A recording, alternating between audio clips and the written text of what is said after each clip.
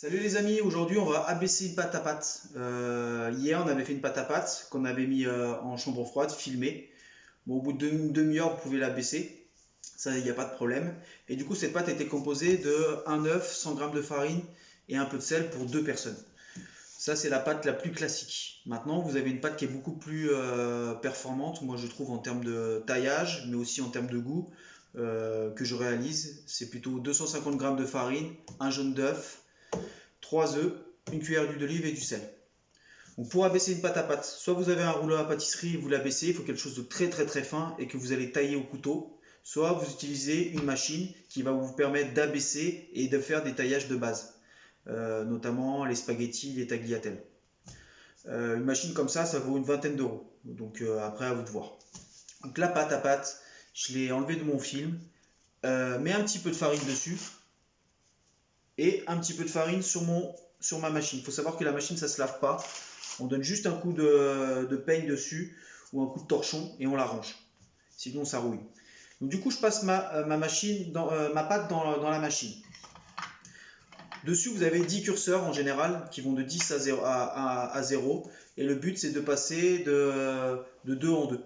Moi, sur ma machine, je vais de 7 à 1. Donc là, je vais partir de 7 pour abaisser la pâte. Donc soit je la baisse de cette manière-là. Au début, c'est très dur, allez-y doucement. Essayez de bien attacher votre machine. Donc là, j'ai abaissé. Et si soit vous faites ça pour à chaque fois de 2 en 2, soit vous repassez la pâte dans la machine. Et quand vous avez le morceau de pâte qui sort à l'extérieur, vous le remettez dans la machine. C'est-à-dire que vous allez le coller à l'autre partie de la pâte. Et du coup, vous allez vous retrouver avec la pâte qui tourne entre vos doigts. Je ne sais pas si vous voyez. Là, du coup, je suis à 7. Je remets un petit coup de farine.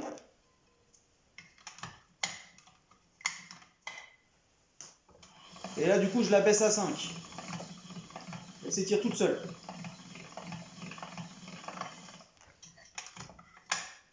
À 5, je vais mettre à 3. Si vous pensez qu'il n'y a pas assez de farine, bah vous en mettez un petit peu sur le rouleau. Et vous continuez votre démarche. C'est ce qu'il y a de plus rapide. Après, elle n'est pas si simple que ça. Hein. Donc après, à vous de voir par rapport à la qualité de la pâte. Des fois, la pâte, elle est très collante et ça ne fonctionne pas. Hop, et je vais descendre jusqu'à 2 sur ma machine et je vais m'arrêter à ça. Donc, quand ma pâte, elle sera bien, je m'arrête. Là, en fait, le but, là, c'est de la lisser. Donc après, cette pâte-là, vous n'avez plus qu'à l'étaler et vous pouvez l'utiliser pour faire des ravioles, pour faire des spaghettis, des tagliatelles, ce que vous avez envie. Ok, je vais juste la couper.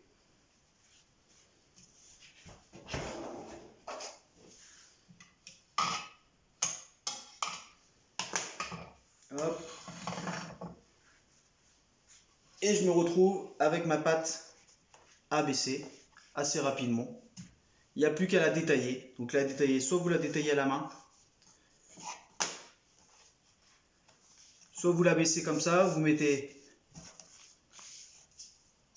un peu de farce, un peu de farce, un peu de farce, vous remettez une pâte dessus et ça vous fait des ravioles. Soit vous les passez à la machine, soit vous pouvez les passer à la machine. Alors pour les passer à la machine, moi j'ai ce matériel là supplémentaire, je le mets sur ma machine. Voilà.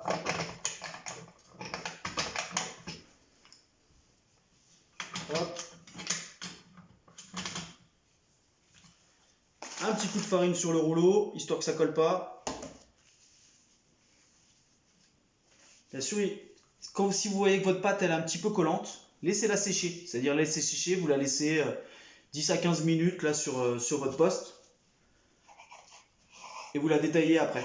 Parce que parfois, elle peut justement sur la machine coller. Et là, tout doucement, je vais la baisser dedans. Je la descends, je la descends, je la descends, je la descends.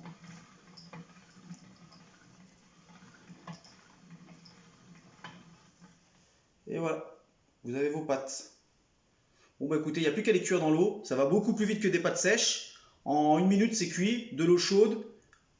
je dis en général 1 litre d'eau pour 100 grammes de pâtes. Et bon appétit. Voilà, c'est pas si long que ça. Et ça, on peut le faire en famille, ça peut être très rigolo. Voilà, je vous souhaite une bonne journée et puis à bientôt. Salut!